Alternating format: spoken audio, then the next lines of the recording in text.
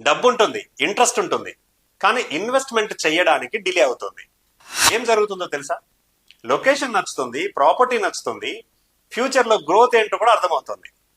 కానీ too many options వల్ల, over research వల్ల, అండ్ ఫ్యామిలీ మెంబర్స్ సజెషన్స్, అలాగే ఫ్రెండ్స్ యొక్క confusion, YouTube videos, online comparisons, ఇవన్నీ కలిసి మైండ్ని క్రౌడ్ చేస్తాయి.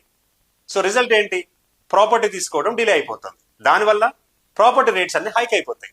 మనం కొనాలనుకున్న ప్రాపర్టీ దగ్గరికి మళ్ళీ వెళితే రేట్ హైక్ అయి కూర్చుంటుంది. డెసిషన్ తీసుకోవడానికి టైం తీసుకోవడం తప్పు కాదండి, కానీ డెసిషన్ తీసుకున్నాక కూడా వెయిట్ చేస్తే అది బిగ్గెస్ట్ మిస్టేక్గా కన్వర్ట్ అవ్వచ్చు. రియల్ ఎస్టేట్లో పర్ఫెక్ట్ ప్రాపర్టీ ఉండదండి. పర్ఫెక్ట్ టైమింగే మీ ప్రాపర్టీని పర్ఫెక్ట్గా మార్చుతుంది. అర్థం చేసుకోండి, రీసెర్చ్ చేయండి, కానీ ఓవర్ రీసెర్చ్ వద్దండి. కొన్ని కోర్ పాయింట్స్ చెక్ చేసుకుంటే సరిపోతుంది. Location, legal approvals, connectivity, future demand, అలాగే డెవలపర్ యొక్క ట్రస్ట్, ఇవి స్ట్రాంగ్గా ఉంటే మీరు యాక్షన్ తీసుకోవచ్చు. లేట్ చేసే కొద్దీ ప్రాపర్టీ రేట్స్ అన్ని హైక్ అవుతూ ఉంటాయి. ఇలాంటి మరిన్ని రియల్ ఫ్యాక్ట్స్ కోసం నా పేజ్ని ఫాలో అవ్వండి, నా ఛానల్ని సబ్స్క్రైబ్ చేయండి.